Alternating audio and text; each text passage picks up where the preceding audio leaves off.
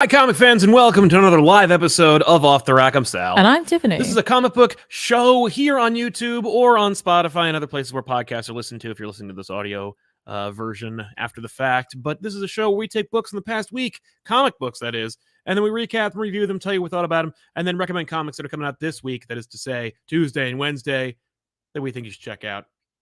Got a lot going on. Very excited about it. It's more or less the first incident-free, knock wood, episode of Off the Rack in the new year. We had some issues which may or may not be happening right now. I don't believe they are because I think I've solved the problem. No thanks to anyone at any other level besides myself. I'll be happy to pat myself in the back because I toiled over it. I sweated over it. I freaked out over it and figured it out.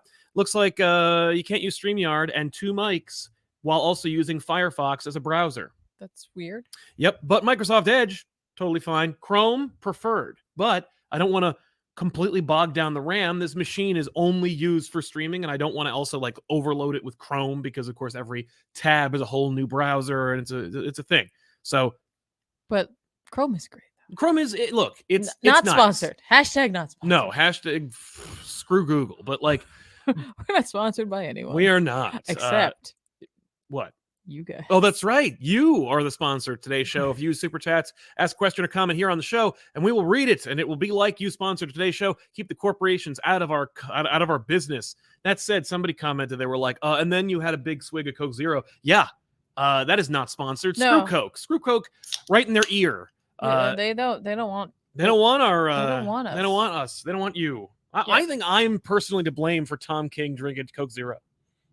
I noticed that guy drank a lot of Diet Coke, and then suddenly we did a show a couple months ago. Yeah. Got a big old red can of Coke Zero. Oh. Uh-huh. And then I saw him at San Diego Comic-Con, big old bottle of red Coke Zero, and I saw a bunch of those comic sketch art guys drinking Coke Zeros, and who knows? Maybe I have some kind of influence over the industry. I would have hoped that it was creative in some way, but I'll take Coke Zero. That's enough of all the vices in the world. Oh, yeah, that's true. There's worse. Definitely. We're sponsored today by Wolverine. Yes. No, Coke actually refused us as a sponsor. Like, literally, people reached out to them, and they were like, no. Yeah, no, they really were. Yeah. So. And I'm like, cool. Good to know. Fine. I'm going to need your Yeah. Coca-Cola, buddy. Eat a dragon fruit, Coca-Cola. Eat a dragon fruit? Anyway, what? We're going to be talking about new books that came out this past week. But before I do, I wanted to mention another thing. Like, I had a very small vocal minority of people who want to know the answer to this question. Okay. They may have noticed that on our sister show, Back Issues, over on youtube.com/ComicPop, or here on this channel, a lot of our shows have changed their name cosmetically from Back Issues or Off the Rack or Elseworlds Exchange or The Good, the Bad, and the Ugly to podcast. Back Issues podcast, Elseworlds Exchange podcast, Off the Rack podcast. Yeah. And they're like, what the hell is going on here? Why did you change it to podcast? And I'm like, look. Because secretly we like to mess with everyone. Now, I love to change stuff just out of nowhere. Yeah, like, you really do. And it's, no. You look, embrace change. Yeah, why do you think that is? It's because of YouTube, man. Like, YouTube needs us to change things on a dime all the time. Now, why did they didn't ask me to change this. We're trying, ever so often to stay within the good graces of the algorithm. Mm-hmm. We don't want to shoot ourselves in the foot and just leave things on the table if it's possible. So YouTube has a whole section that they're not advertising called youtube.com/podcasts. If you go there, you'll see a whole page of just what YouTube considers to be podcasts. And I noticed when I looked into this that we weren't in it, because none of our shows were tagged as podcasts, despite the fact that at least most of them are podcasts. Although Back Issues will never be a podcast, because if it was on Spotify or whatever, you'd never watch it and we'd lose money. You can't monetize Spotify. Sorry. So it's our number one show. But it could be a video podcast. It is a video podcast. That's a thing. Yeah, and nobody calls them vodcasts. No. So don't get uppity with me about terminologies. No. No one has pods either. iPods are gone. But you do have AirPods. Yeah. So it could still be. I guess technically they're podcasts. Yeah. I bet they thought about that. I bet they were like, you listen to podcasts with your AirPods. Fart. Anyway. Well, it also comes in a little pod. Yeah. Little guy. Screw Apple too. But yeah. Okay, we're just going after everybody That's today. Right. I don't care who I piss off in this room full of people I emailed. But yeah, no, we changed the name just so that we would get more into the algorithm for podcasts. That's all. The hope. And I noticed that in my in one of my other accounts, I saw that we were recommended because I watch more Comic Pop, but in that page, so it might have worked. The thing was, I saw that Red Letter Media and Mr. Sunday Movies were in there, and I'm like, no. All right. I may never be on either of those channels, but I'll be damned if I'm not put shoulder to shoulder with those other channels. You have been on Mr. Sunday. Yeah, actually, thanks to Mr. Sunday. Yes, we hit Sunday 100,000 subscribers. No, Mr. Sunday solid is guy, 10 out of 10. I mean, he kicked no rocks. No, that's right. But yeah, so that's why. Whatever. Gramophone cast. Speaking of sponsorships and whatnot, your boy Chips Ahoy dropped into the chat and said, "You catch you all on the replay planning a Masks game." And then showing a friend the Tobey Maguire Spider-Man movies for the first time. Keep up the great work. Okay, what's Sweet. a Masks game? I have no effing idea. But now I'm going to have to wait for the replay for him to catch us reading his comment and then reply in the comments. Commenting on it and telling at me it. And tell me what's up with that. And it'll be really, don't let him sway you. Of course, you're not going to show him Spider-Man 3 because the movie is garbage. Brian Rowlands, the Destiny of X report card video was great. Happy MLK Day, everyone. The time is always right to do what is right. That is true. Mm-hmm. We are working on a bank holiday and a celebrated day for African Americans in this country. I got nothing. I'm not going to contribute because I have nothing to contribute, but my own, here's some entertainment on this day. Mm-hmm.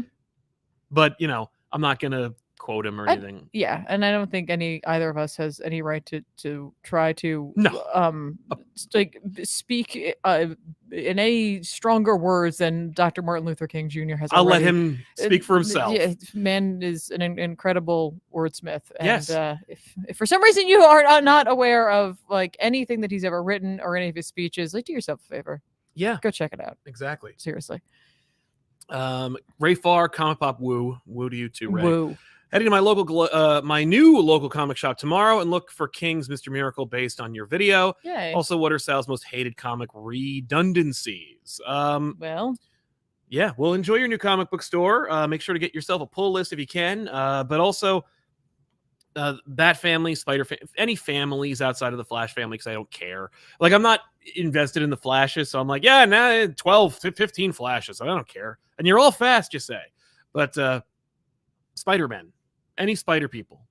I'm I would love it if this Dan Slott Spider-Man book resulted in all the Spider characters dying or being shunted in another reality that they can't escape from. I do actually believe that he is doing something to that effect because both Jessica and Pete were stabbed with the dagger, so they're separated from the web of life. I think that's Dan Slott's way of diminishing Peter, but also his way of being at least he will no longer ever be a factor in the Spider-Verse. Interesting. Stuff. Okay. And I'm that's fine. As long as he doesn't have a Spider team. You look at the menagerie of the Marvel Universe, you look at all those characters standing in a big crowd. Spider-Man's upside down or on a wall or something like that over there. Way over there. Only one who can do that. That's how I like it. Not there's a room of the exact same character or same power set. I get you. Fill in the room. That's nothing exciting to me about that. Yeah, it's funny. I'm wondering now, most characters seem to have. I don't know if they don't all call them families, but I feel it's getting harder and harder to find a character that's just I work on my own. Yeah, no, it's true. And that's for the a most variety part. Of reasons. And yeah. I mean, sometimes you have a sidekick or whatever. When do you count it as a family? When there's more than 3. The Punisher. Punisher does not have a family. Right. Constantine. Right. Nope. No family there. I mean, he's a member of Justice League Dark sometimes. Yeah, but that's an occasional thing. Yeah, but that's that's not the same thing. Batman is on the Justice League, but he didn't have a family until after Jason Todd came back. Right. Not even before that, because it was Batman and Dick. Yeah. Right on. Batman and Robin, the original dynamic duo. Let's go for it. Dick retires, becomes Nightwing's own superhero. Cool. Now it's Batman again. Then Jason shows up. Okay, Batman and Robin again. Then Jason dies. Cool. Completely changed the name of the game and added an iconic moment to a classic superhero. Okay. Fine. Batman's alone again. Tim Drake shows up. Dynamic duo again. We're just creating balance like the Force.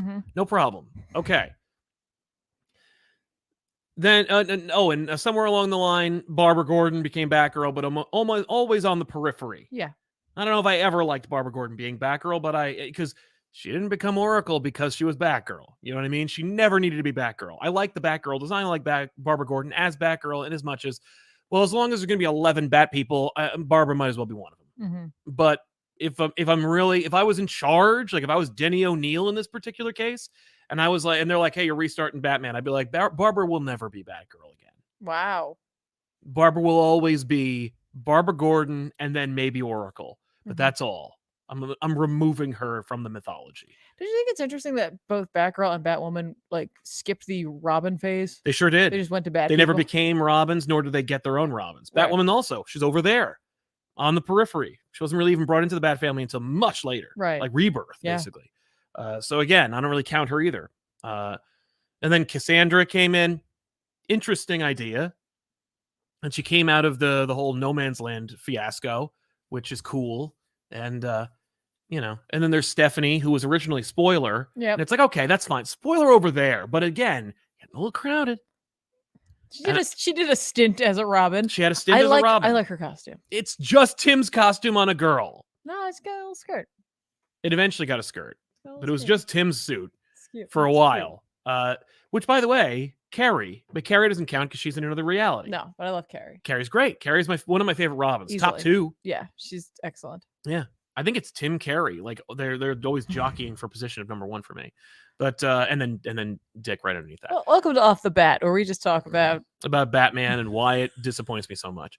And then it just gets more and more. Azrael never should have been in the Bat family. Get him the hell out of here. Things are going wrong. And you know what I mean? Yeah. Like, and then there's more. But eventually, when they all just start showing up, I'm like, okay, you're polluting the message. Damian was the straw that broke the camel's back for me, though. Okay. Damian was one of those things, and we talked about this at length. Oh, sure. When Grant Morrison was like, "Oh, here's Damian. How about that?" And I'm like, "Congratulations, you will never be able to undo that." And sure enough, they haven't. And they had the audacity to say, "Oh, I thought he was just gonna die." Like they thought that he was gonna die at the end of Morrison's run. Yeah. Like no one was gonna just dust him off and use him over and over until he can never be not used in anything. Yeah. Like Batman and the Ninja Turtles crossed over for the first time ever, and Damian had to be a main player. Never mind the fact that both those characters, Batman since 39, Turtles since 82, but no. Damian polluting the friggin' whole pool here. Anyway, that's very, I'm not. Yeah, that's another thing. Denny O'Neil, no Damian. Hell, Son of the Demon didn't even happen. Just to make sure.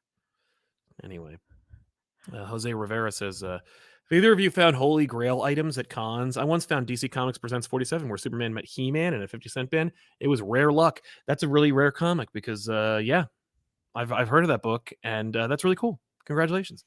I don't know about, like, books, I've never been like, oh, this book! There was an issue of Doctor Strange I was desperate to find. I needed it to, like, complete a run I had, and I couldn't find it anywhere, and then I got an example as to why. Yeah, that's right. Because it was like they kept getting bought up. Yes. Because the artist, no, it wasn't the artist on it. It was an artist teaching. It was another artist who liked that artist. Yeah, and so he would use it as lessons. And so, like, if students of his brought him that book, he would give them like extra credit or something on assignments. And so it was really hard to find the book because of him. So I got him to sign it. Yeah. You got both. You got the artist on that book who told me about that, and then I got him to sign it too. I was just like, I found the dumb book. You big jerk. Give me extra credit. Yeah. I'm not in your class. Give me extra credit. Exactly. My grail wasn't necessarily a grail so much as it was we were at New York Comic Con, and this is a grail. We were standing in the line for Scott Snyder, and I saw somebody in our line that we were talking to had a Sam Keith signature, and I'm like, oh man, if only Sam Keith would come to a con. He's like, I got this 10 minutes ago. He is at this con. And I'm like, what? Because Sam Keith was not on the list. You have a list. There's a million faces. Sam's was not on it. And then and he's like, no, he's here for some other thing, but he's on the main floor. He's like in this booth. And I'm like, what? So I go, and there he is, just sitting there like, hey, I'm Sam Keith. I'm sorry. And like, I don't have the Max. I have 7 copies at home, but I don't have the Max. But like, it's a con, and it's the Max. They printed like 1 million. Yeah. So I literally walked 8 paces to the Zap Comics booth, went under M, boom, the Max. Got him to sign my Max number 1. Yeah. Alongside my other Maxes. But it was, it That was a cool moment. It was really nice. Yeah. No, it was great. It worked out really well, Yeah, and it it was totally unexpected. Exactly. I also at one point found I think it was was it PlayStation? Yeah, it was PlayStation 2 copy of Silent Hill 2, which is like difficult to find, and No, when it you do, is. it tends to be very expensive. And I found it like super cheap at one point, so I was very excited. Well, I read Daredevil #7 from Chip Zdarsky, Rafael De La Torre, and Marco Cicchetto. This is continuing the Daredevil saga. I was supposed to read Punisher. I forgot to read any of the Punisher. I'm sorry. But this is cool. It's just more of Matt like being unhinged and being part of what he considers to be like a holy crusade to kill the Hand. It feels like Matt kind of fell down the rabbit hole really fast, but whatever. I'm here for it. You know, Matt's got a fun new Does he still suit. have guilt? Oh, he's always got a guilt. It's Matt. Okay. And it's Matt. And it's Matt. But yeah, Matt is going to take the fight to Frank because you know, the whole story is basically just a little tale of like Matt teaching like why he has an island and why he's rehabilitating villains that he's always fought before. Okay. One of the villains is like, all right, well, that was fun, but I'm leaving. I have a son. And then Frank takes the villain who left and his son and then is like, come to this location and fight me or I'll kill everybody. Right. You know? So it's like, okay, you know, I'm on board. Okay. It's a good book. The art's great. Raphael and Marco Cicchetto kind of like Cicchetto does the island Punisher stuff, and De La Torre does like the mainland America stuff. It's like, all right. okay, it's a nice way to like split up the duties if you need to get the book out on time and you don't have Sure. somebody who can do the whole damn book and in one go. Okay. But that's what it feels like. Oh, but yeah. How about you, TV? I read.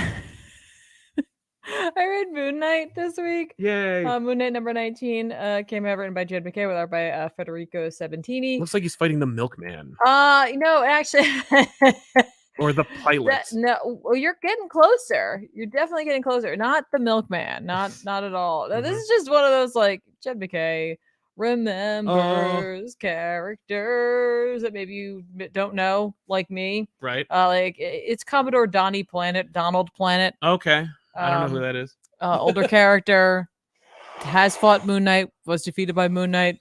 Just here to punctuate a point. We're in Subterranea.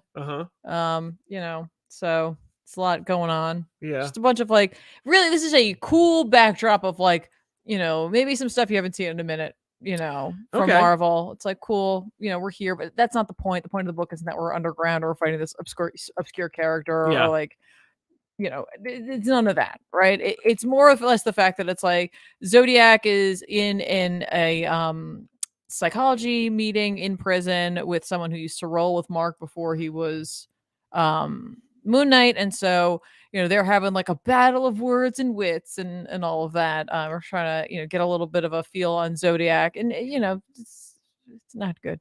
Yeah, he's not okay, but whatever.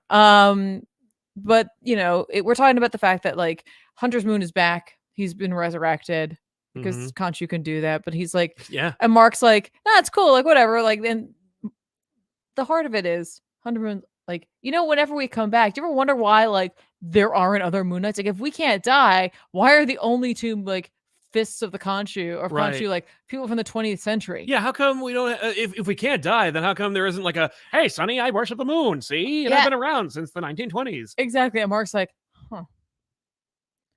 And essentially, it's like, listen, yes, we can eventually like we can't die because he'll just keep bringing us back, and every time he brings us back, we come back like a little different, a little crazier. And so inevitably, all that will be left is like a feral, like killing machine kind of thing. So every time that Mark dies, supposedly, like when he comes back, getting get worse. More and more wacko. It's getting worse. It's like he's getting more out of control. Presumably. Okay, all right. So he's like, you got to watch out for that. Also, when I was coming back, when Khonshu was bringing me back, he was like, hey, let Moon Knight know.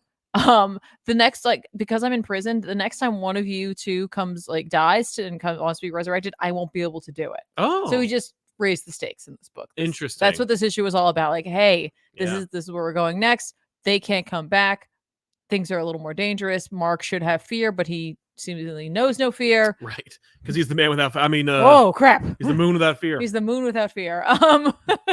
They're the men without fear? Hey, that'd be cool. Daredevil, Moon Knight, Men Without Fear. Miniseries. 6 issues by Tiffany. And we'll see the show Tiffany remembers stuff. That's right. That'll be that book. But hey, incidentally, they need to go to the Sanctorium for some reason. I don't know. I do wonder if with Mark having, is it disassociative? That's what they call it in this, yeah. That if somehow the way in which his brain works, if it will take longer for that. It's like, because he's got 3 person. I'm like, does that shift right? Like, it? well, yeah. It's like, Does it depend on the personality? That's like, I'm like, there could be something honestly interesting there. Yeah. He's like, no, Mark Spector hasn't seemingly been really that affected. And it's like, no, because I deflected to Jake. Like Jake Lockley's the raving madman.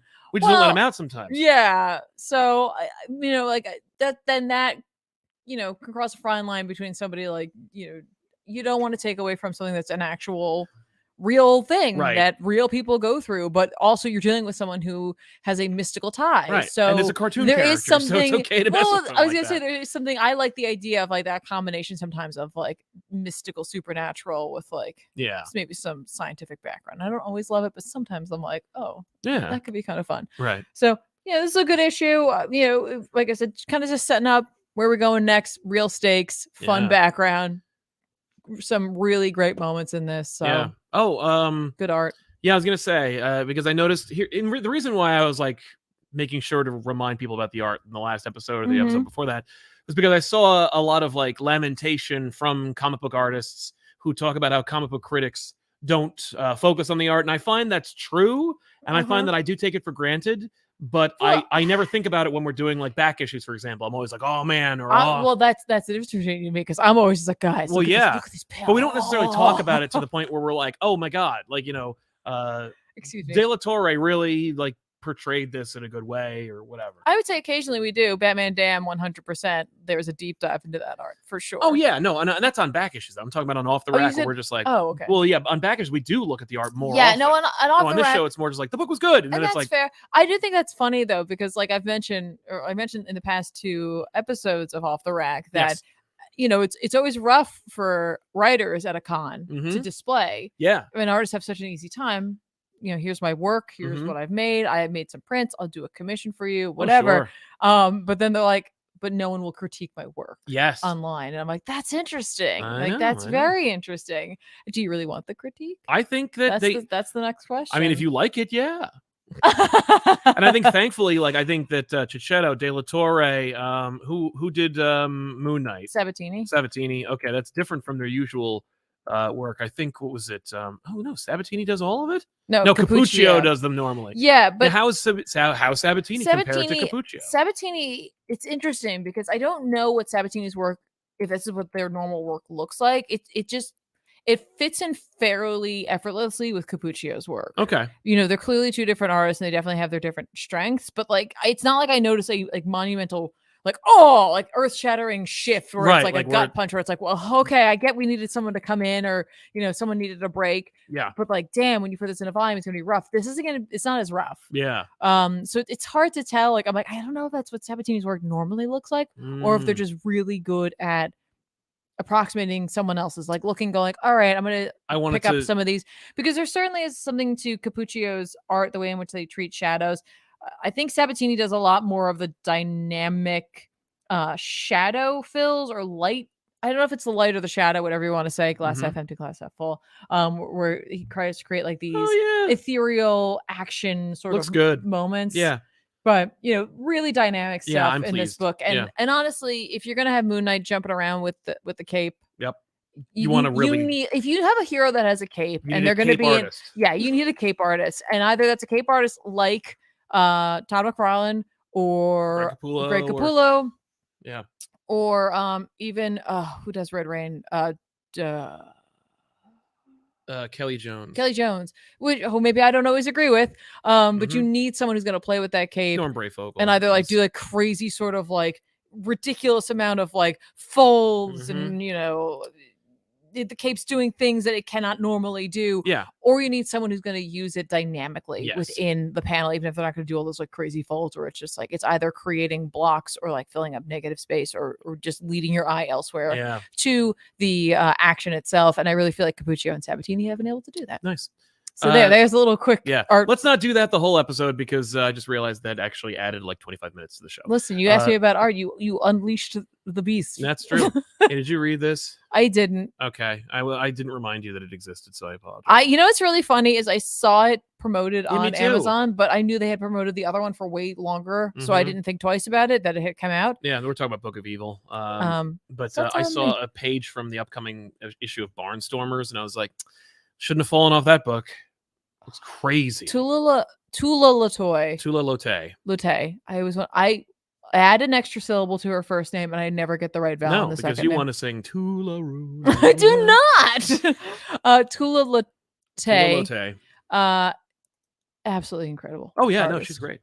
Stunning work. Yep. Stunning. Ray Farr says, love hearing Ethan's insight on comics. Well, he's not here, but I appreciate it. Yeah, just in general. I don't know what science field he belongs to, but I'd like to imagine he just mixes two test tubes with each other all day. Well, actually, he's a student of all sciences. I'm always like, does somebody really want to know? Because I do have the answer to this. Yeah, go ahead. But I don't want to ruin like your mind's image of what Ethan is all about. I mean, like, I've never seen him in a lab coat. It's physics. Yeah, it's physics.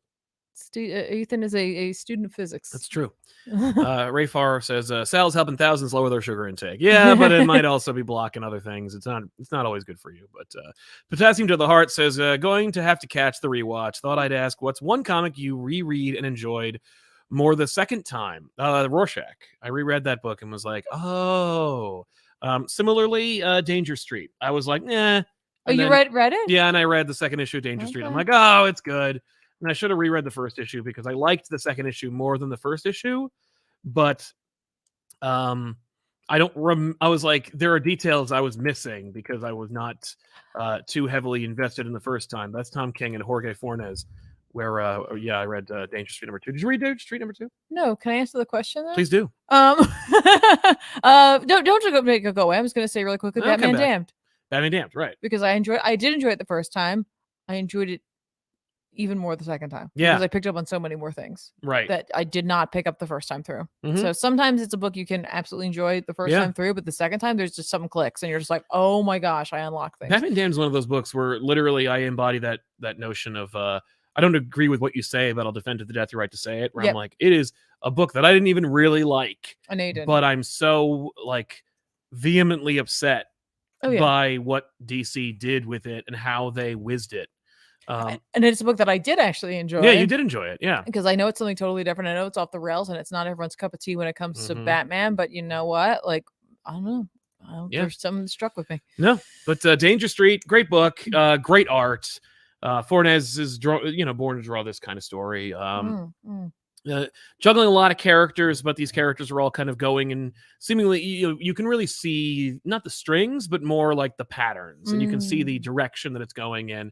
It doesn't seem like it's deliberately obtuse or trying to be deceptive, for the sake of being, intriguing. You know what I mean? It's just a well-written, good character driven, despite the fact that the characters themselves have none of them have like names. You know what I mean? Like all the characters are like Lady Cop and Good Looks and Warlord.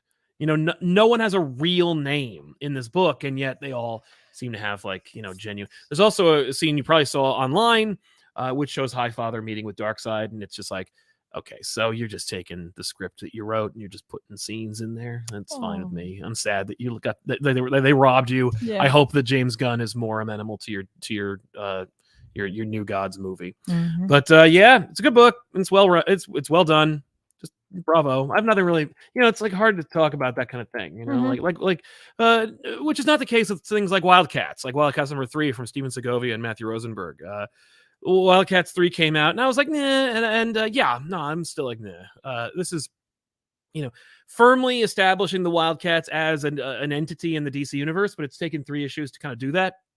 We needed the first 2 to establish like their tone and their feel, like what kind of book is this? Yeah. But there are a lot of distracting elements that prevent one from fully immersing themselves in it. For one thing, the lettering is very distracting.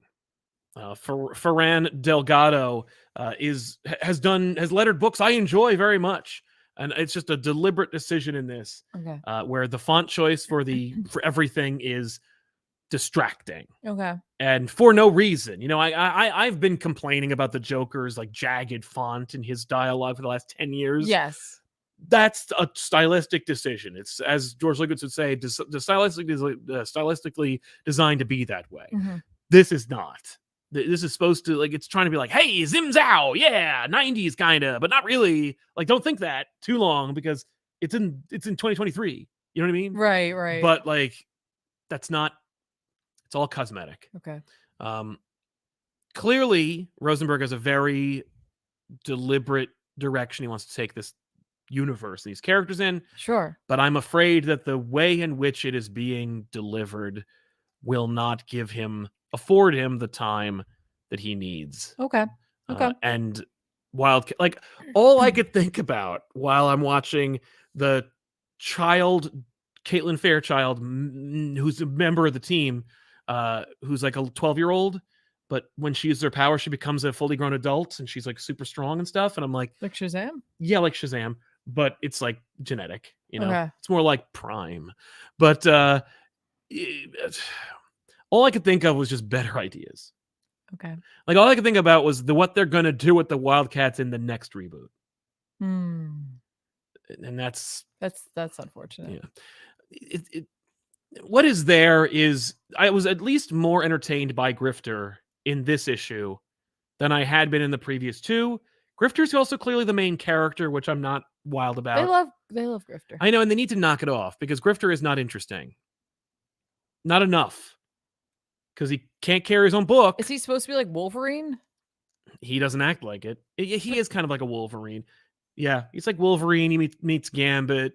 He's just a person who shows up, is supposed to be the best at what they do. But he's also part of the team. Like, he's integrally part of the team. And does like participate, and they fire him off the team and he's upset about it, and then they get him back anyway. And it's a lot of noise. Okay. So that's not a recommend for me. Speaking of which, I read Jed MacKay and Vincenzo Caratu's Dark Web tie-in, Mary Jane and Black Cat #2. Yeah, you don't need to read this book. But if you like deep pulls, they fight a character who's connected with Limbo and stuff like that. So that's fun. Okay. And Mary Jane and Black Cat do their thing, and is it Belasco? Yeah. Okay. Yeah. So it's like, and Mary Jane has powers, which makes everybody upset. And I'm like, I don't care because I don't feel it. Like, I feel like she'll lose them by the end of the series. So it's Maybe not really she's a big clone. deal. I mean, I hope all of them are clones and we could just start all over. She's again. A clone. The kids are clones. Yeah. No, the kids are clones. And I pitched this in Elseworlds. Clones. That Paul, the guy she's with, yeah, is like Lars from Futurama. That he's like future Peter. Wow, that's messed up. Yeah. And that's why he's like so mad at regular Peter, because he's like, you just don't get your shit together. But you will one day, and then you'll be me. I don't know. Well, that's interesting. Yeah. It's not enough for me to like it. No. But this book is, the art's great. Karatu should be on an X book. That's how good the art is. Really? Because this cover does not make me want to check Scott this Campbell. out. He only does covers, and it's just... Because I was like, I'm not checking this out. No.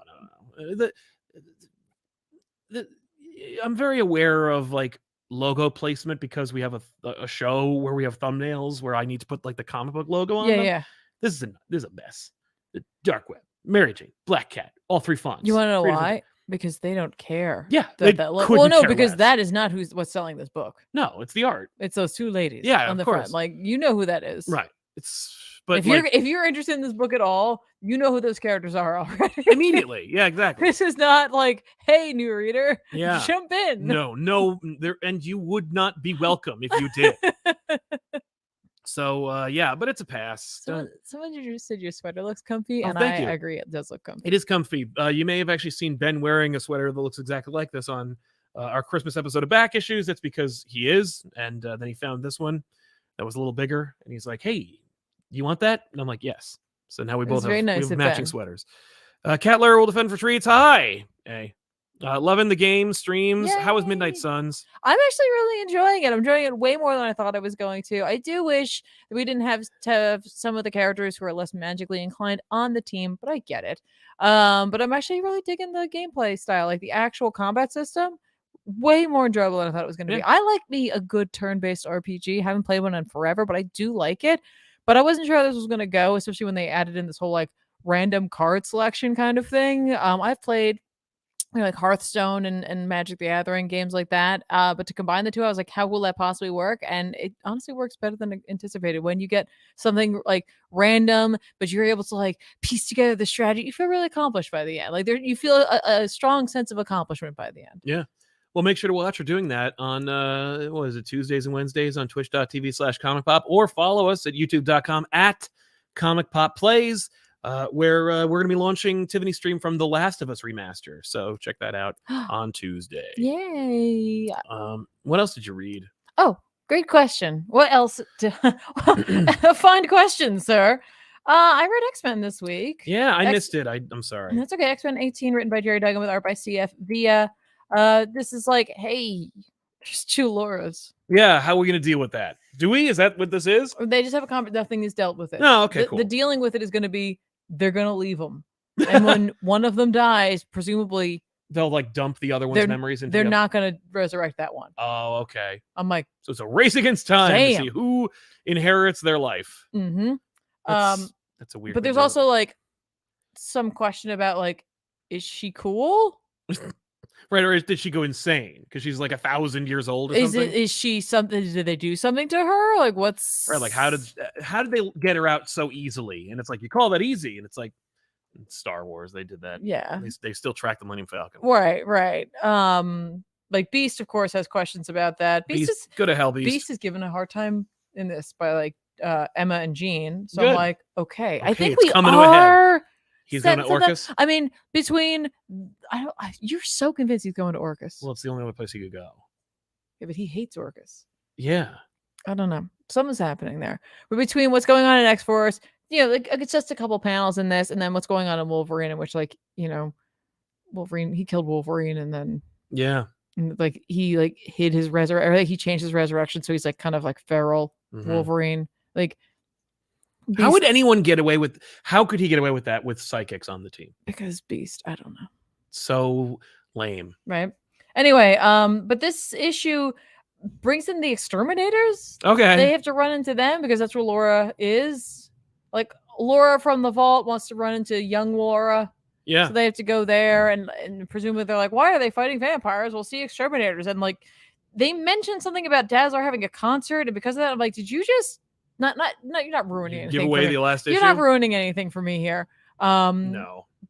Or did you not get the facts? I don't know. I won't know until the last issue of Exterminators what happened here, whether or not it's just something that's going to happen at the end or later on in Exterminators, in that world. Yes. Or if it's just they got something wrong. But in this, Jubilee was like, we're thinking about maybe doing this Exterminators thing. Again? Like, should we just keep doing it? Should we keep doing that, readers? And I'm like, is that what that is? I guess. And if you want to do that, I'm not opposed. You're like, I'll read 1 or 2 issues and see where it goes. I don't know how long you can keep that up as an ongoing. I think you'd have to do it more like it was a set of like little vignettes. Right. Like just mini-series, like Venom. Yeah. Like here's 5 issues. Okay. Here's another 5 issues. Exterminators, and then just more and more hacky, silly titles. Yeah, exactly. I think great. That would be the way to go. But knowing it was an ongoing, I would feel, I don't know. You'd be like, I think it would lose its luster. It's going to lose its steam. Yeah. That's fair. So, it's really just a crossover there. But what we get out of this is the 2 Lauras have a conversation. And at the end of the day, they're like, I think what's going to happen is one of us will die. They won't bring us back, or they won't bring that one back. Right, but then who does she end up with that? I don't know. That's that they're guessing would happen. Also, older Laura is like, I don't want to be friends with you. And young Laura's like, I didn't ask. Right. So it's a heavy like Laura book. If you're into Laura, I don't know how you're gonna feel about this because you got these 2 at odds, and I don't know if they embody the characteristics that you like from Laura. But I thought it was an interesting conversation between the 2 of them. Anyway, while that's all going on, Cyclops and Firestar and Jean head up to Orcus because there's been a distress call from one of the Orcus bases.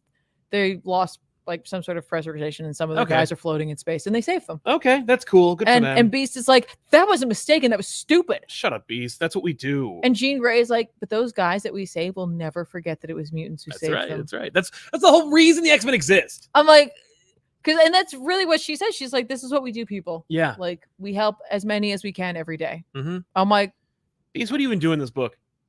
I'm telling you, I think They're setting it up.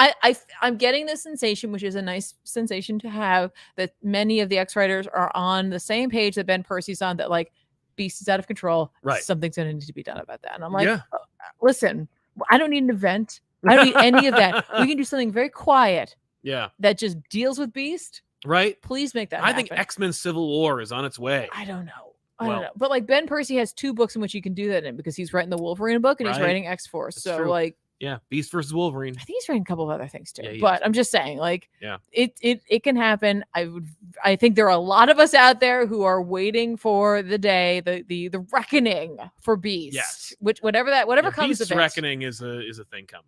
Yeah. And if you'd like to see more of Tiffany talking about that kind of thing, the two of us, and I wear the sweater in that video, talk about the state of the X-Men books right now in a whole video where we grade it and give them a report card and everything. So check out that episode as well. It's in the chat right now. J-Man27. I forgot the big thing at the end. Oh. I was so into the inter-character stuff because like there is so much like great character work going on in here. Honestly, Duggan, I think, is doing a good job with the team that he has right now. I know we're going to be potentially adding someone on in the future. And you know, it's so great to see Sync actually get to be with Laura, that I'm like, I'm so afraid Beast will be right. Yeah. And I really don't want that to happen. But we end this book, spoilers, folks, with a message from the Corsair. Basically a message to the Summer Boys, and it's their dad being like, listen, I just need you to like know that like I'm really sorry I wasn't there for you, but like you get it, it wasn't always my fault, but like I really enjoyed having dinners on the moon with you guys recently. You know, remember he would come back? Yeah. He's like, I'm not gonna be making it back anymore. Oh. He's like, because just so you know, the Brood is coming. Oh, okay. And I'm like, but they have a leader now, and it's that boy. I'm like, we doing the Brood? Oh no! Yeah. Oh, it's a goodbye. Like he's gonna die. Yeah, he's gonna die. Okay, that's cool. And he's like, he's trying to warn the. He's not a mutant, so they can't. Well, no, but he's an exception. They have the Axe protocols now. He could be. Well, we'll see. Cyclops could. He could. It make depends. A plea. He can make a plea, but not everyone's happy with Cyclops. That's true. He's not pleased. They're not pleased with his decision. Well, they'd all be worm food if it wasn't for him at some point or another. J-Man Joestar says Rec Rap is a fan in me. He can stay in limbo and carry out the good fight. As long as he stays in limbo, I couldn't care less about Rec Rap. Rec Rap is Rap sounds exactly like what he is. No, he looks like a Battletoad. I was gonna say it's like a Ninja Turtle. Yeah, exactly. He looks like if like Raphael or Michelangelo decided he was gonna dress like Spider-Man and jump around. Yeah, that's right. Like that's like I saw that like on your thumbnail. I was like, what am I looking at? There like Ninja Turtle Spider-Man fan art on your thumbnail? Yeah, it's not.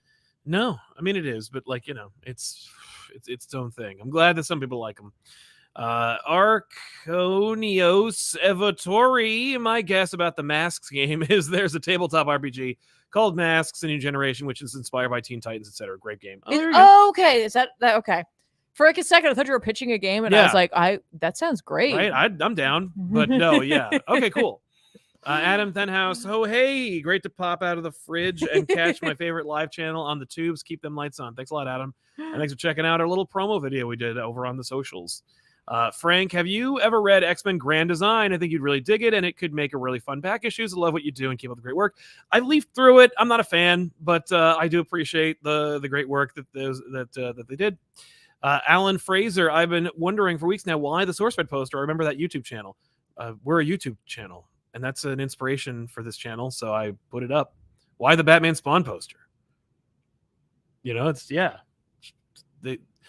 notice that back issues looks like Table Talk, right? I mean, most of them are comic book themed, so I understand someone being like, but that's specifically YouTube. It is the only thing on that wall. YouTubers don't make posters. That is YouTube, or like anything that like, and there's nothing else on this wall that isn't comic book ancillary. If I could find my Benjamin Franklin Time Traveler poster, it would be up there too. I know, but that's what I'm saying. I completely understand that question because in a sea of amazing comic book like art and posters, it is pretty sweet. It is a little out of place. Yeah, well, I think it's cool, but it's not like my Silent Hill 2 posters up there.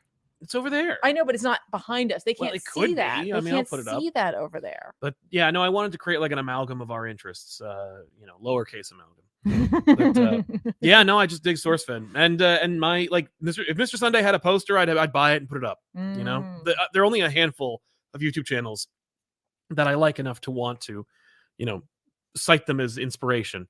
And here they are. Mordecai read the new Savage Avengers, and now I'm looking through solicitations for a number 11 because I don't want the ride to end. Probably a bias since it was my first book coming back to comics again. Yeah, man. David Peppo's been killing it on Savage Avengers. It's not okay. I don't mind Savage Avengers. This one in particular, the one that just came out with Savage Avengers number 9. From David Peppo's and Carlos Magno, who I believe have been working on it for the most of the time. But this is one of those books where it's like David Peppo's remembers. Nice. And in a big bad way. And it's in a very big, ridiculous, just jam-packed kind of way. If you love Marvel, if you love comics, if you are like, man, the Avengers series has been leaving me in the cold, if you're reading Savage Avengers. And if you're like, I don't really give a crap about Conan, well, he's gone. So you don't have to worry about him anymore. He's been replaced by Jake Gallows, the Punisher 2099.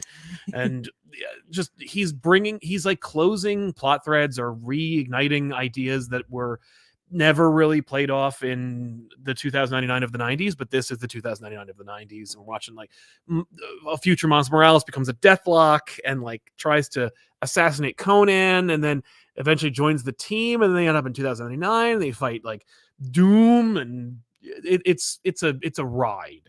So if you haven't already read this series, you should be checking it out.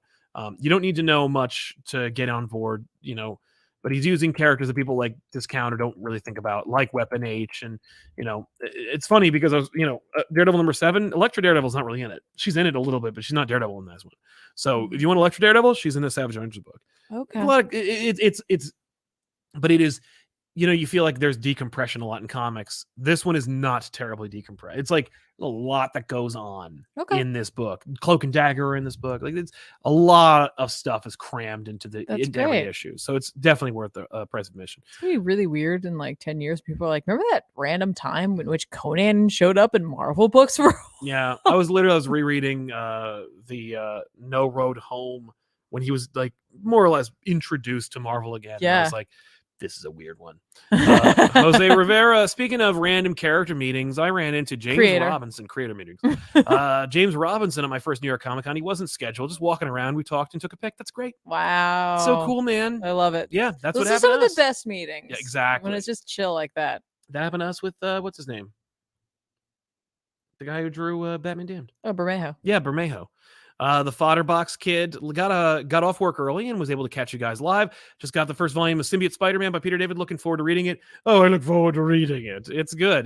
Peter David does a great job with Spider-Man. Of course, he did like 30 years ago too. But you're going to enjoy it as long as the art doesn't make you rich. Because I can't read any more of that series. You're going to like the words you read. Yes, that's true. I guarantee. Authentic Apathy. When is Tiffany's art analysis show coming out? I would love to do that. Trust me, there are so many amazing people out there who do that. I was going to say there's so many amazing Tiffany shows that we will never see. But it's true. Yeah. And if you lose your day job, you'll be seeing a lot more of them. Sure. M says Danger Street made me realize that Creeper is DC Sleepwalker. It's a strong inherent feeling in me that I can't exactly explain. That's fair. Yeah. Strong design, endless potential. I guess I could agree with that. Denial. I bet Paul is just the result of Peter being split in half, which might explain why Peter feels off this entire run. That'd be fine with me. The problem with this series, and we'll talk more about it, is just like that I just don't care. Like that's what they've beaten out of me. Luis Ramirez, Boom did a Pete, Miles, and Gwen book. They did that. Abe Sapien says, "Hey Sal, thanks for covering Lazarus Planet. I've been reading Monkey Prince since Tiffany recommended the book and was unsure what this event was going to do with my boy. Many thanks for giving us a rundown." Nice. Yeah, that's what you did. So did you. Well, yeah, but you gave a rundown as to what Lazarus Planet was? Yeah, especially because you had the interview with Mark Waid where he talked a lot about what Monkey Prince was doing. Yeah. And if you pick up Lazarus Planet Alpha number 1, there's a backup and there will be a backup throughout Lazarus Planet that is written by Gene Luen Yang. Yeah. That is about Monkey Prince and kind of giving you the background about King Fireball and Monkey Prince and Monkey King and all that stuff. But the first issue of Lazarus Planet dropped from Mark Waid and Billy Tan. And Riccardo Federici. Riccardo Federici does the art. Billy Tan does the Gene Luen Yang book. Okay. But yeah, man, this is a book that I don't think anybody's talking about and nobody's reading because DC fans have been completely burned out on events, and I think you should be reading this. I think I think they should stop using the word alpha. Or, yeah, this alpha thing needs to stop. Or crisis. I just feel like for a lot of people, it's become like a trigger. Mm-hmm. Where it's just like, okay, an event, I'm out. Like you're either in or like you have like it'll just make you go no. Yeah, 100%. Well, just call it Lazarus Planet 1. Don't do any of these alphas and omegas and nonsense. Like it's not helping. If you do that, they might be like, oh, is this a new team? Pick up. Right. Oh, all right. Well, now I've read it. I'm in. Exactly, especially when you see Federici's art. Okay. Because it is very evocative of like a kind of Frazetta or Saad Ribic kind of art. And it is not the kind of art you'd expect for what this cover implies. Can you tell I didn't read this because what you you're went, saying? what? Yeah, I'm like, wait, what? Yeah, no, I know. Okay. No, it's the book is fun and good and cool. It is also entirely almost entirely editorially mandated. Like editorial came up with the idea to turn it into an event, turn it into a planet, turn it into a volcano and do all that stuff. Okay. But Mark Waid like took it and ran with it. He knows how to write a story and string together an event, and it's cool and fun and it works. And there's a lot of fan favorite characters in here, and you get to see Blue Devil and Blue Beetle team up, friggin' Power Girl and Supergirl. You get to see like Swamp Thing and Poison Ivy, Zatanna, Monkey Prince, Cyborg. Like there's a lot of really cool stuff going on in this story, and it like is pretty self-contained. It's very like kind of it's not unruly, and it uses focus on characters that like require more focus, like Monkey Prince, and giving some of these characters agency where they might have been overshadowed by other characters. Like Batman's in this book and he's recovering and is like might die. He's not going to, but he's out of the way enough for like Mary Marvel to fight a giant dire wolf. Like there's some cool stuff that happens in this book, and it's what I want to see from DC. Mm-hmm. Like I want to see like big splash pages of monsters being fought by characters that like are marginalized or ignored, while also having sleepy, quiet moments between characters that like really like instigate character like depth and growth. Yes. Lazarus Planet has that, and there is no other book that DC's publishing or that Marvel is publishing that looks like this. No, that looks absolutely incredible. Yeah, I was just pulling up some pages. Absolutely incredible. Like damn, the cover is the cover, the marketing, the titling, all do a disservice to Lazarus Planet. I think when it's all done, you're gonna go, man, I wish I'd read it. But the first issue just came out just last week. Check it out. There's still time. Yeah. Ray Farr, I bought the Inferno and Fall of Mutants omnibuses. Very I'm excited to read an era of X that I'm not familiar with. Very Any nice. Madeline Pryor story recommendations? I mean, she is in like most of the X-Men books in the 80s. I mean, she is, I believe she appears in the X-Men Asgardian Wars, but like, it's not doesn't have some of the powers do anything, but like she's Cyclops' wife. She's the mother of their child. Like she's in X-Men for a long time. But as far as her being the Goblin Queen, I don't really have any recommendations because I didn't really read a lot of it. But yeah, I think Where You Are is good. Just read the original Inferno and start from there. Sean D says, so I was watching one of your videos where Sal was wearing a t-shirt with a star on it, and it hit me, you look like Steven Universe all grown up. Well, thank you very much. I'm not Steven Universe, nor is that shirt a Steven Universe shirt. That is a much deeper pull than you might think. It is a Phony Bone shirt from Bone, Jeff Smith's that guy right here. all ages comic book series that should have won like all the Eisners. It is a series that's very near and dear to my heart. My sister, who is one of the only comic books I ever got my sister to read, and it's something we bonded over when we were children. It's really nice. But yeah, I found out that Boneville had a bunch of old inventory, and I bought it. And then they changed the website. Now it's all gone. So I got my Phony Bone shirt. Langley Neely says, I really thought that I was the only person that remembered Benjamin Franklin Time Traveler. A fever dream, a beautiful source for its silliness, so dumb and so funny. Yes, that show has that phenomenon as currency where we live in our house, where it's just like Benjamin Franklin traveling through time. We just do that. We're like, I'm gonna go to get some coffee. It's just for us now. It's just for us. Yep. But I don't even know where the hell the poster is anymore. No. Supreme Omega on BVR. Do you mind Steph being counted as one of the Robins? Because I'm mixed. War Games is infamous for how it treats Steph and the nadir of Bat Jerk. Honestly, yes, she was a Robin. She wore a suit. She had it in the she eventually got a memorial in the cave. She was a Robin. I don't know if I really in my reboot she wouldn't be a Robin, but yeah. So here's a question, and like this is not a question for this show, but like what constitutes you being a Robin? Right? I think working side by side with Batman, being trained by Batman, and wearing a Robin suit. But being trained by Batman, Damien's not trained by Batman. No, he's not. But he has a lot of on the job training. Like Damien did not earn the title of Robin. It's like in the job listing, like you either have to have like X amount of like schooling or hours with Batman. But really, no, like Damien took the mantle away. Like that's another reason why I hate him. Like you didn't earn it. You didn't even create it. Hell, you didn't even want it. You just took it. And then you turned it into something else. And as a result of doing it, you diminished other characters who wanted it and who deserved it or who reinvented it. Mm-hmm. Like Dick Grayson was Robin. Here he is. I don't know if it's going to work. It's really just rolling the dice. They didn't know what they were doing in 1941. Here's Robin, I guess. Whatever. And nailed it out of the gate. Yeah. And he's Robin forever. And then he's like, I'm done. I'm an adult in these little shorts and these little booties. I can't do this anymore. Nightwing, great. Character growth, progression, new period in time. That's wonderful. And Batman's just like, I just can't deal with the fact that I don't have a freaking child, a soldier with me anymore. I'm going to get this kid who took wheels off the Batmobile and just put it. He didn't train either. He barely trained. He's just like, you put this on and be my surrogate son again. Let's go. And he died. And he's like, oh my God, what's wrong with me? I need some help. And then Tim Drake shows up and he didn't really get trained by Batman either. He had to train on the job. Most of them didn't get trained, actually. Now I think about it. Like Jason did training, like they did training, in the cave, but he wasn't, but he didn't take like years to train. He was more like, all right, it's been 3 months and you got some flips. Let's go. Tim Drake, less. Tim Drake begs to be Robin, steals Jason's suit, saves Batman and Nightwing, reveals that he knows who they are, begs to be Robin, eventually is acquiesced and granted that opportunity when he rescues Batman again. And then when he gets the suit, goes, I can't be Robin. I don't know anything. And then leaves and goes on a mini series that shows you how he gets trained. He's trained by Lady Shiva. All right. So then there you go. That's not a criteria. It is not a criteria. But no, if I'm like, if you're going to make a new Robin, they better be trained by Batman.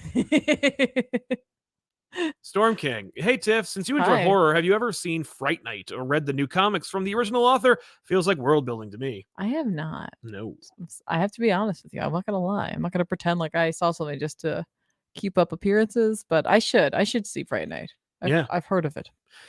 Somebody asked if I read the letters page for the first issue of Amazing. I didn't read it. I find that very interesting. Usually I consider the letters pages in comics today to be kind of like promotion, basically. Like, why would you put anything other than glowing praise in the back of your book? But apparently it's an open letter from like the editor being like, please don't quit the book. I'm like, I'll have to read that because you know it's a great letter that says don't quit my book, making a good book. Abe Sapien, hey, me again, Tiffany. Do you think you'll ever cover the 90s event Siege of Darkness on back issues? Dr. Spawn sucks. Yeah, Siege of Darkness. Didn't I buy you all of that? I think you might have. I sure did. You have all of Siege of Darkness. That's the one I want you to do. Yeah, I know. Yes, she'll do Siege of Darkness. Yeah, we have that. There's a whole pile of it. I think it's in my office. Yeah, you're definitely. It's gonna be cool. Yeah, absolutely. Anyway, I read Human Target. It's great, as you can imagine. Tom King, Greg Smallwood. It's almost over. This is issue 10. King tried to viral market it by being like, Nort's in it, everybody. Nort. Nord. Hashtag Nord.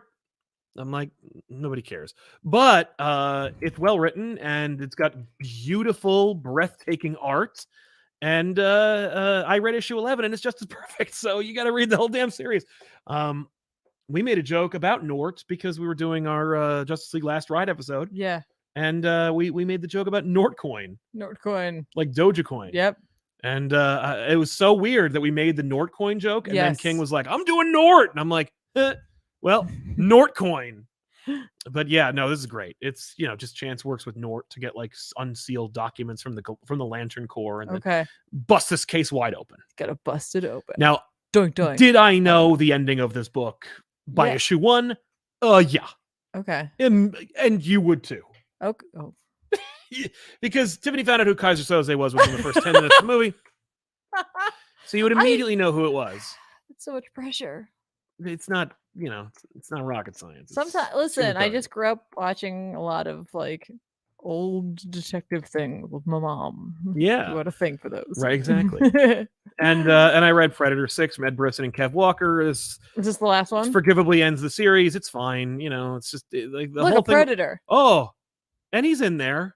You know, it's just, there's a lot that, like, you know, this threatens a series after this. Like, this is like the prelude. They're like, and then coming up, like the last page is like, ladies and gentlemen, Predator is going to keep going with Ed Brisson and a new writer, and it's going to change everything you knew about Predators. And I'm like, motherfucker, nobody knows anything about Predators right now. Like, don't change everything about Predators. How about you just put out a effing Predator book? This is basically an independent comic book series with a Predator in it. Oh. Well, I mean, that is in keeping with the Predator montage. Yeah, no, it's true. Where it's like, here's something that's happening. Yeah, here's Jeff Lemire's sentient, but a Predator shows up. Like, that's basically what this is. And it's like, oh, okay, that's cool, I guess. Like, and it is. Like, look, the art is fun. I really actually, the art really reminds me of my own comic. And I'm like, oh, that's fun. Yay, look at it go. But it's not what I was expecting, but I don't think anybody was. And that's kind of cool that they did that. Like, good for them. You know, kudos on that. Every moment that the Predator has is cool and looks great, but it ain't like it was. You know, Dark Horse, they had it on lockdown. Marvel's still figuring it out. And I don't know when they're gonna, but there it is. Predator 6 ends. And you know what? Like, I don't think anyone's gonna remember it. Are they gonna do any more, you think? Or you think that's like, no, it says there's gonna, the last page was it's gonna start with another number 1. Oh, okay. Because of course Marvel only makes miniseries. You know what though? Like, something should be miniseries. Predators, yeah, I agree. Don't make it like. Well, Dark Horse did the same thing though. Dark Horse is just constant like miniseries. I don't think that this is going to be a miniseries. I think that the next one's going to be the Predator ongoing, and I'm like, please don't. Okay. But also, like, please don't teach me things about the Predators. I don't care. Like, I love Predator, and I just want to see cool action stuff, and then a Predator shows up. All anyone wants, even people who love Predator. It's not hard to put so easy a pirate ship in there. I don't understand, and there's no budget. You could really do the pirate ship thing now. You could totally do the pirate ship. I don't want Ed Brisson to do my pirate ship story. Man, that's my pirate I like ship. that you called it a Predator ship. Sorry, the Predator ship. Yeah, I'm down for that. How about this? Yeah, you said it in the 1700s. The pirate ship is manned by predators. It's all predators who like made it and they didn't leave because they couldn't. What? And there's like a pirate leader who's like collected all the predators because, like, you know, the new world is still, you know, like you said in like the 1600s, and it's like the world's much bigger. You might have gone too far. There's fewer, you know, so it's just all these predators from different times. No, I think or different locations. I think you might have gone a little far on that one. I think that'd be awesome. I think that's too far. I think it's. I'll have Midjourney make one. I think it's I think it's a predator ship too far. Sir. A predator ship too far. Yeah. Rayfar, one big steaming pile of Siege of Darkness, please. Order up. What'd you read? Besides Legion of X. That's what I read. Okay, well, Legion of X number 9. Yep, I read Legion of X number 9. By Cy Spurrier with art by Netho Diaz. We get to find out what's going on with this whole, like, why are some mutants getting secondary mutations? What a crazy cover. Yeah. Awesome. Because, like, things are happening to Nightcrawler and mutants across the world. Oh, no. Something is going on that's causing them to have a secondary mutation and lose control. And so who is it? It's Nightcrawler's, like, surrogate adopted mom. Ah. She's using magic. She's, like, the magic is part of the Winding Way. There's a great infographic in there, which is like a page out of like, just like in the last issue of a page from Doctor Strange's books where it explains everything. And I just keep thinking to myself, Ice Barrier, please. Please. Just listen, Jed, I've got nothing against you, man, but could you just take a minute? Let side just bang out one arc. Just one Strange, please. One arc at least. One arc, please. Dude, Doctor Strange is a big enough character where you could just have Side do like Doctor Strange Way of the Weird or something. I think that's actually a name of the book. It is, but like Toil and Trouble, and it's just a 6-issue miniseries. Yep, I know. So yeah, get Dan Green to draw it again. Yeah, so that's what's going on there, and craziness abounds because of that, and like Nightcrawler's starting to lose it and trying to protect his mom from danger, but that's not really what that is a big issue. And trust me, I love how much Cy and Gillen have been using. I like how I use Cy Spurrier's first name and Gillen's last name. Yeah, no, Spurrier and Gillen. Spurrier and Gillen, like their love of Nightcrawler, I am digging it. But this issue in particular, if you were like I was definitely waiting for this. When are we going to get some more Xavier and Legion? Yeah. It actually hasn't been that long since the last time we talked about Xavier. No, but it's been like we there was the last issue, Legion's girlfriend went to him and was like, dude, you got to be there for your son. Yeah. Stop being a dick about it. No, it's true. And so he does. He goes there and we get this interaction in which when he shows up, he does the walk through the gate thing, which I was like, that's great. I love that. We haven't seen that in so long. No, it's true. Shows up through the gate. He touches his son and you're like, something happened. He did something to him. Oh, and I don't know what it is, right? So then David's like, oh my gosh, you're here. I never thought you'd actually come here and see my work. And he's like, takes him around and he shows me, he's like, this is what I made for these people. And this is what we've made for these people. And this is what we have for these people. And Xavier just covers his face for a minute. And he's like, are you okay? And he's like, I've got something in my eye. I'm cool. And they keep walking around and he's just like, it's coming apart. This is really beautiful. And he's crying. He's like, this is what you've done is amazing. The work that you've done, you truly care about these people. And I'm so sorry. Oh, okay. All right. Yeah. Because he's like, I totally fucked you. Yeah. I screwed you over. I'm a bad father. I am the worst. It turns out I was so afraid of you. And it turns out you're doing what I want to do. Yeah, exactly. And, oops, he tries to run away.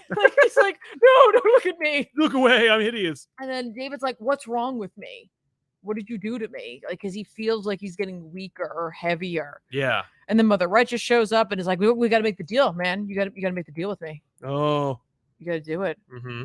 Yeah, you got to do it. And that's when they see off in the distance the Technarchy-ish coming. Mm-hmm. It's this big crazy thing. And it's not coming for the paradise that David's created. It's coming for the minds of Krakoa. So it just goes on through and it starts taking people over and they start getting all techno organic-y looking, right? And meanwhile, Juggernaut and others are trying to get into the spire that's built up because Warlock has been taken over by Nimrod.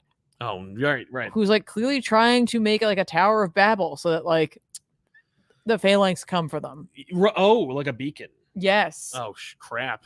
Which is absolutely incredible because at the end you get to see that a Warlock has created Krakoan Sentinels. So they're made out of made out of wood. So dope looking. That's awesome. So incredible looking. What I absolutely love about this though is immediately upon seeing this Technarchy monster coming, all I could think of was the Shadow King. Yeah.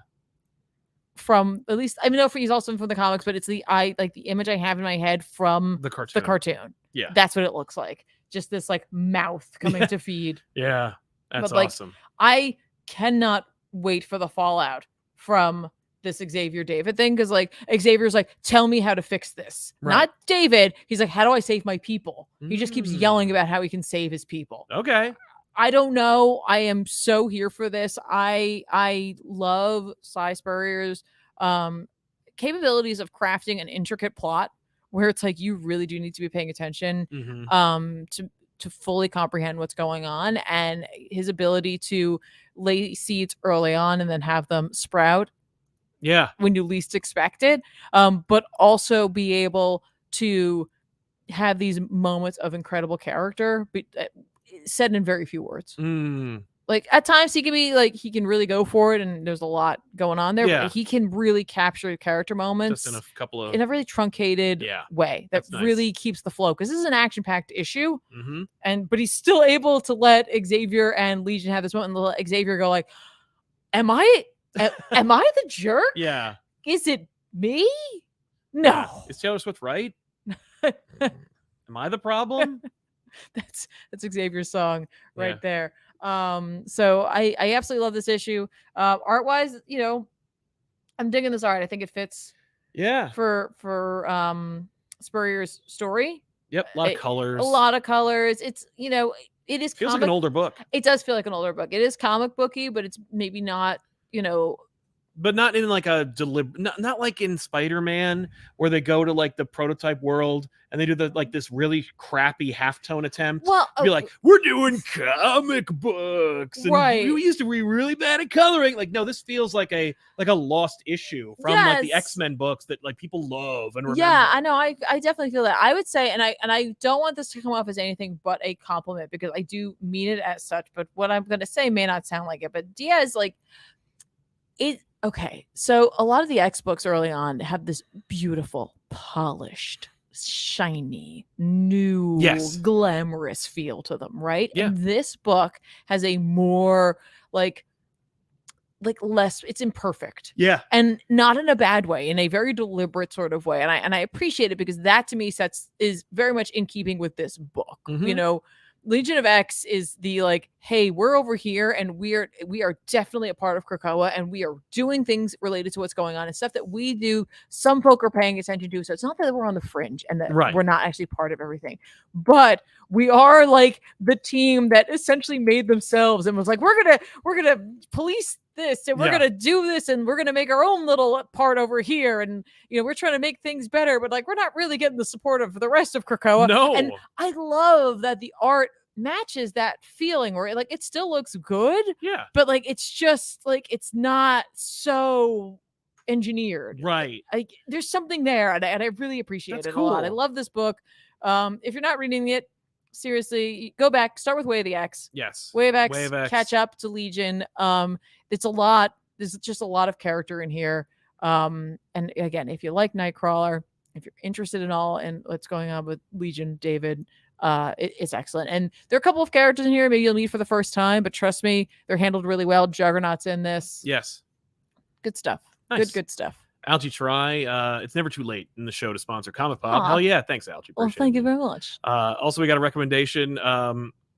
Check out Predator Strange Rue from 96. Okay. This is a one-shot from Brian McDonald. It's Predator in the Bayou in 1931. Ooh. I think they eat him. It's like, oh my God. Maybe Feels very tongue-in-cheek. Perhaps they gain his strength. I think that's what they're thinking. Or potentially it's a delicacy. I don't know. Maybe it tastes good. I doubt it. I'll have to check it out.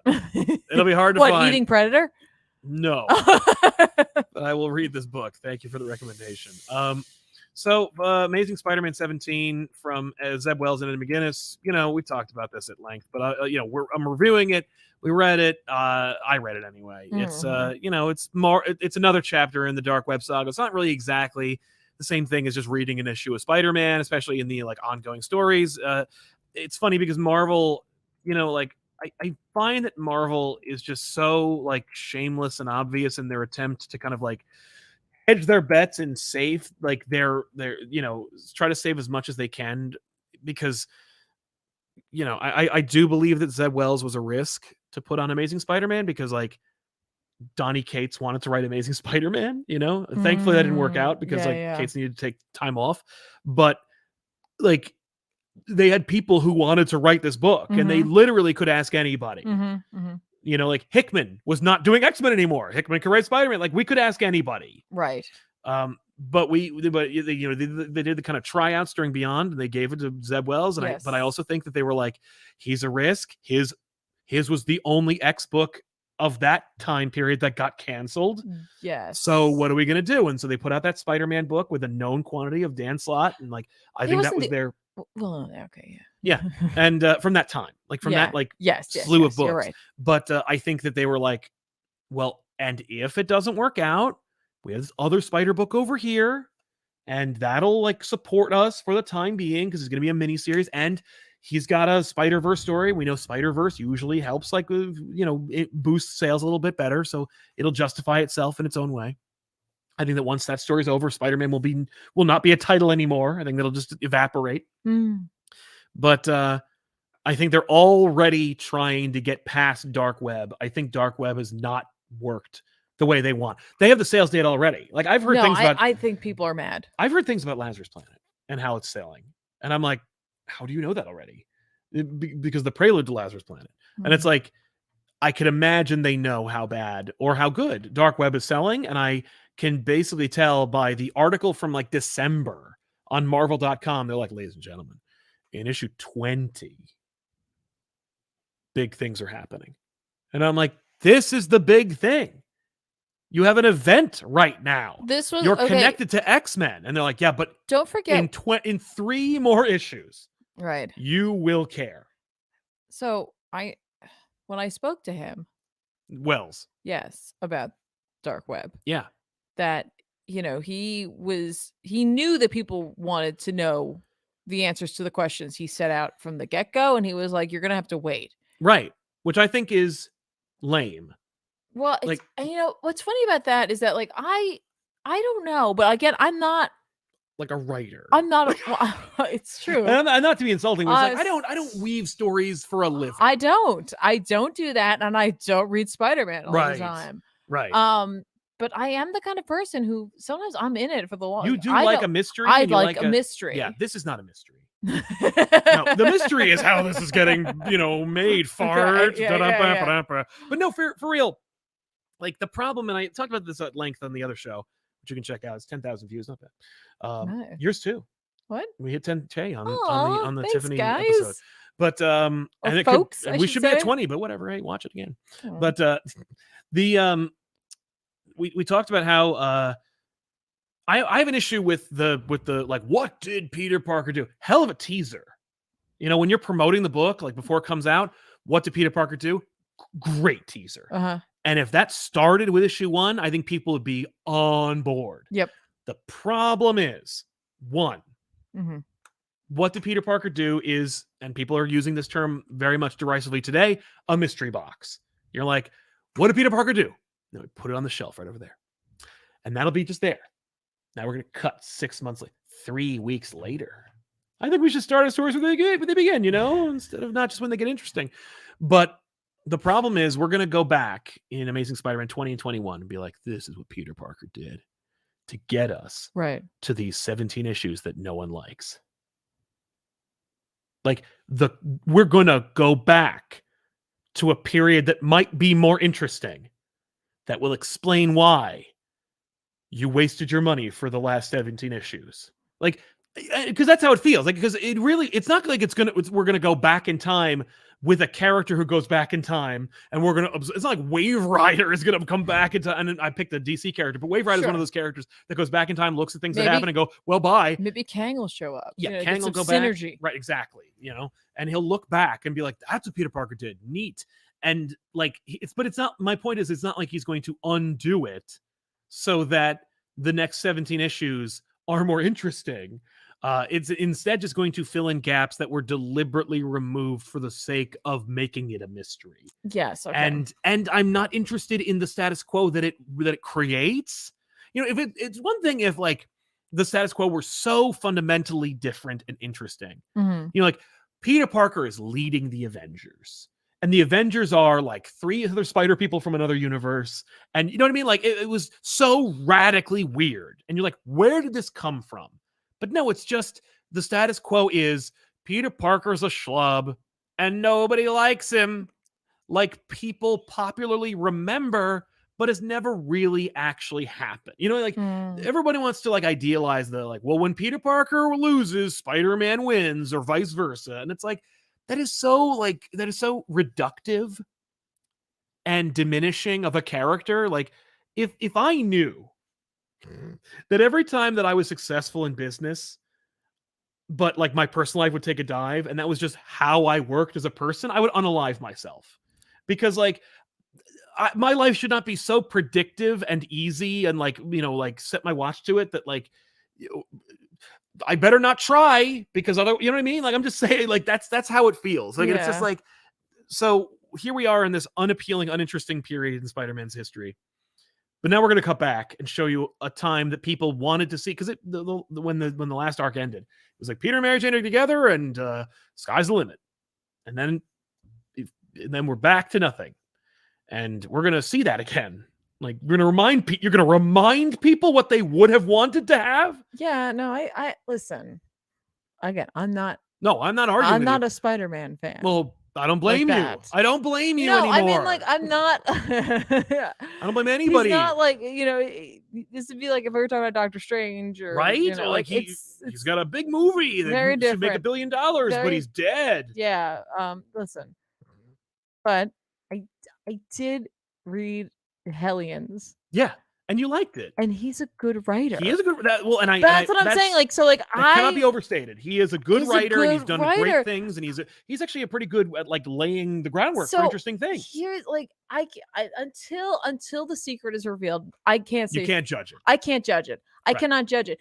But I'm also not someone who is looking for that storyline to continue each month. I'm not the person who's like, well, every week I'm buying this book and hating it. Yeah. I'm not that person right now. I'm the person on the sidelines that like, but I objectively know that this guy can write, and I subjectively really loved Hellions. Right, and I thought it was a really competent book, and I took a bunch of characters and made this amazing story that had a lot of heart to it and a lot of action and wrapped up perfectly. And even though I would have loved to have seen it like, last longer, like it did such a flawless job of weaving into the tapestry that is Krakoa and weaving into Ten of Swords, and just so well executed. Yeah.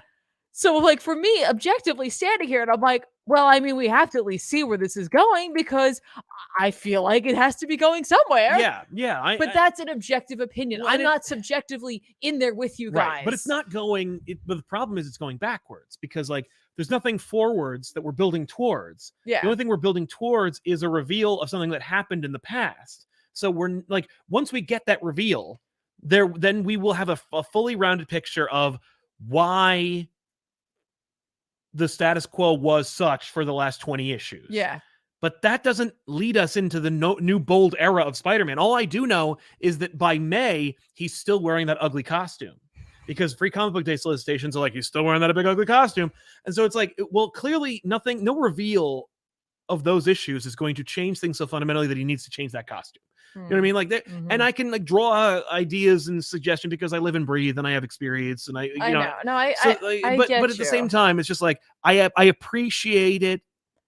I appreciate his efforts. Yeah. But I fear that, like, and I've talked about this before, people get really mad at me for some reason. I think it's because I'm hitting on something, but like where I'm like, I don't know if it's editorial, because I find it interesting how if editorial really did care, if they were really that involved, this would be safe. But this isn't safe. It's just kind of lousy. Well, so here's what I wonder. I know that did you hear that? Yeah, I think it was just when you chair. I think it was something in your chair. I thought it was one of the command strips. Oh. I know that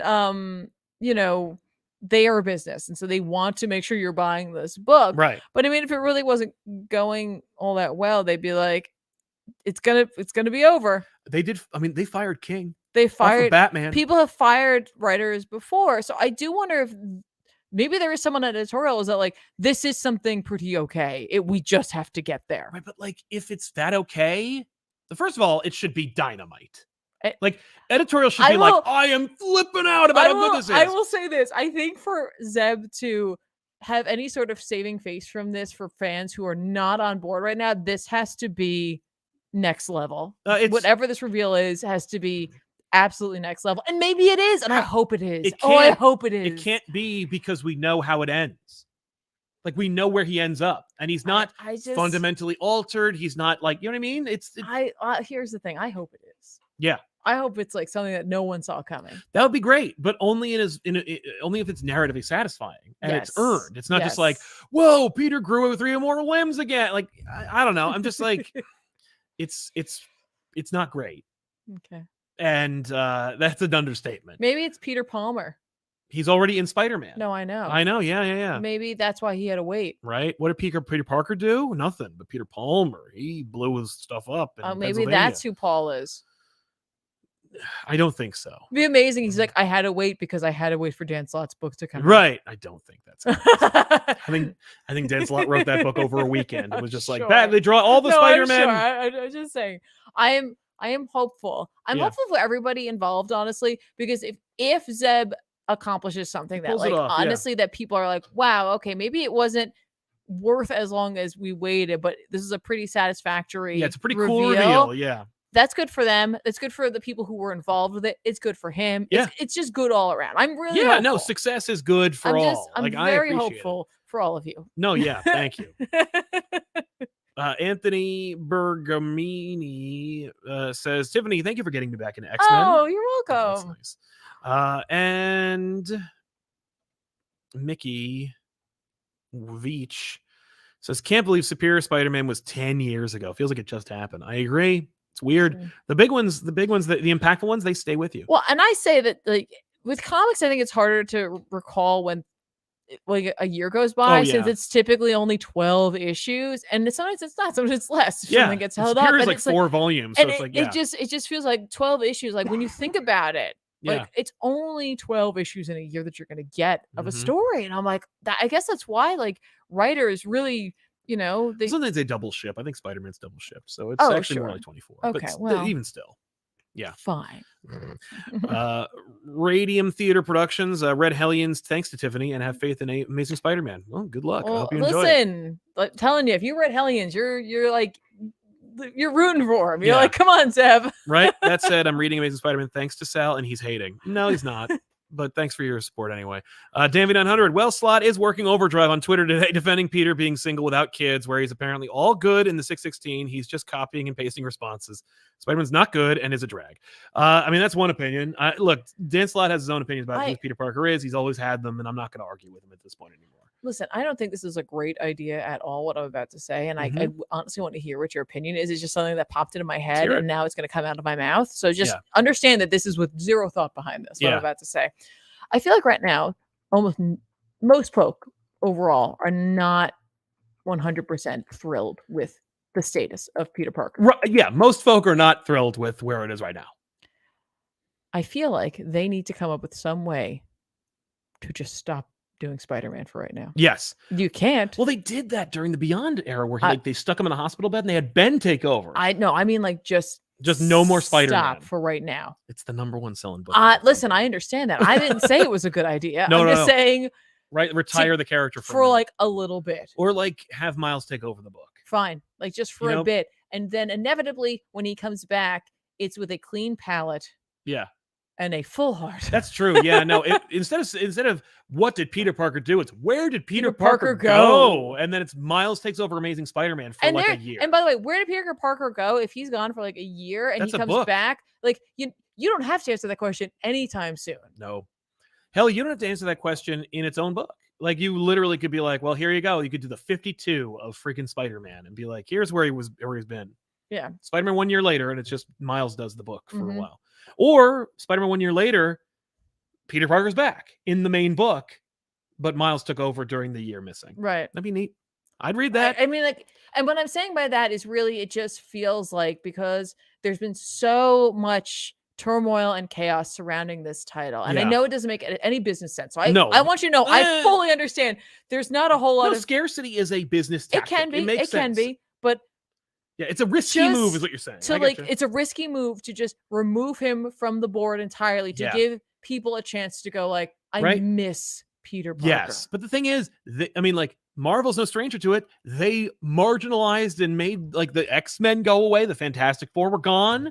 Remember, they had no book, and then Zdarsky was like, hey, here's that Marvel 2-in-1 book. I should be writing Fantastic Four. And they were like, oh, yeah, you should. Oops, we already made plans, though. Bye.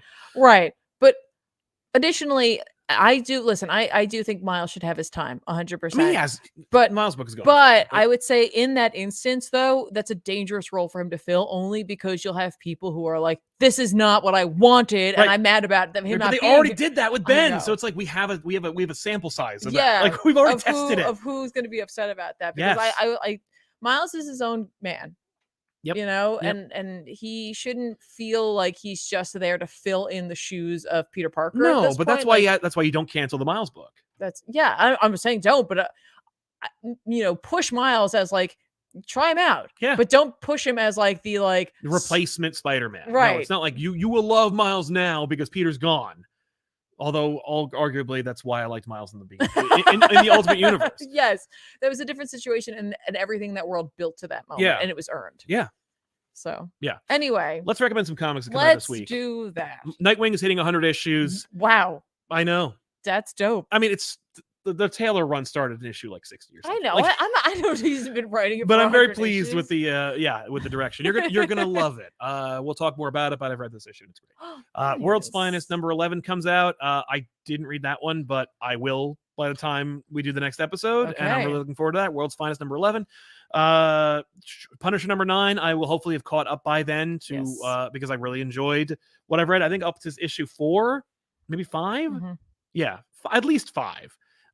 Batman One Bad Day Bane number 1 is coming out. Nice. Yeah, I've read that too. We'll talk more about that as we go. Excellent. And Spider-Man The Lost Hunt number 3 is coming out. That's an opportunity for me to like know what's going on because I didn't read this book, and it's a real shame because I should be. All right. Lazarus Planet Assault on Krypton number 1 comes out. That is I don't know if it's like technically a chapter or if it's like a extra thing. It's an extra thing, but there's a bunch of stories in there and they're pretty fun.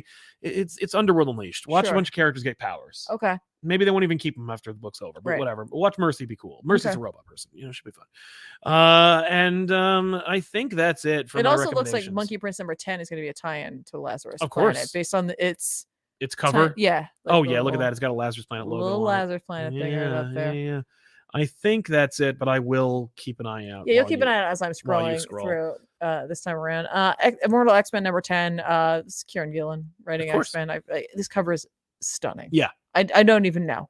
It is just a stunning cover. Yeah. Strange number 10 is coming out. How many more before Doc I honestly I don't know. I assume 12.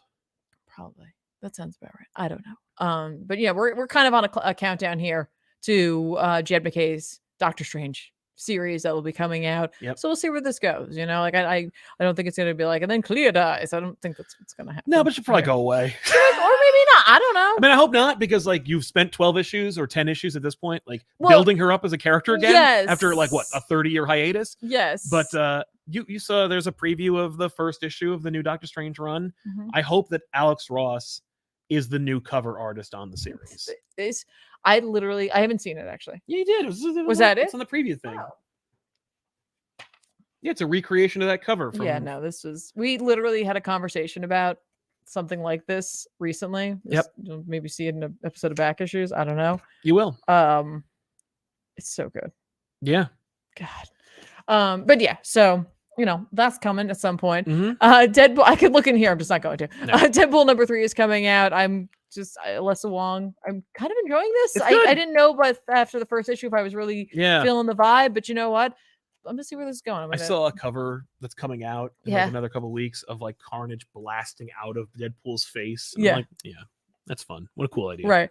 I appreciate you guys saying that Clea is on the cover, but this is a recreation. I think it is. I mean, like, no, I've seen this before. Yeah, no, I've seen that image before. This is very much like this is like an homage. It could mean anything, and also covers don't mean anything. Nope, they're just lies. They're often total lies about what's going on in the book. But if we're going based on story and character, it would make sense for her to be there. But don't judge it by its cover. Judge by based on where the story has been going. Lie because it's covered, but don't judge it. Right. Yes. Exactly. I guess. That's why they're there to trick you. To trick you into purchasing into buying it. Dark Web X-Men number 3. Listen, I know a lot of folk are not on board for Dark Web just in general, but I've been really digging the X-Men stuff again, just because we're getting a little bit more into the mindscape or the mindset of Madeline Pryor during this whole thing post her resurrection. Jean versus Madeline in this one, yeah, or maybe we'll yeah, see. we've got Jean, we've got Madeline, we have Alex. Cyclops, and we have Havoc there. Yeah. I mean, it's literally all, and Magic's there as well. Right. So it's like all the players are Yeah. there. So it's a really perfect small cast for a lot of potential growth. I really dig that quite a bit. Yeah. I've no doubt I'm missing something here. Right, I feel the same way. I feel like I'm missing something, but I haven't seen anything that's like, oh yeah. Doesn't mean it, because usually each week I go back through it. I'm like, oh yeah. Hey, Barnstormers #4 is coming out. Thank you. All right, I got to read the last two, because I was championing this book back when Scott pitched all of them. He's back like, before it was cool. Yeah. Nobody's talking about it. Look at how low on the list it is. But yeah. Yeah. But I'll read it. I like the first issue. There you go. But yeah, we want to thank you so much for hanging out with us. We're very lucky to have you. Thank you to our super chatters for sponsoring today's show. And it is a sponsorship. Don't let anybody tell you different. And we will see you guys next week with an all-new episode of Off the Rack. But listen, there's more here on this channel. Tomorrow, brand new show. It's like a spin-off show of Elseworlds Exchange, which is myself and a familiar face from the comic book world.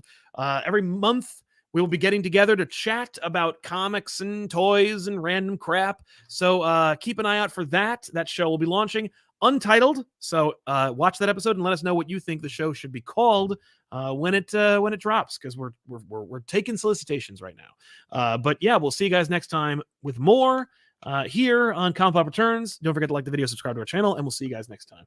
Oh, look at that. Alex Ross's Dormammu. What issue is that? This is the first one. These are variants. Oh. This is Kokolo. Oh, cool. Chichetto. Nice. Good for him. He's getting a proper rollout. Yeah. Yes. We'll see you guys next time. Yeah. See you next time. Bye.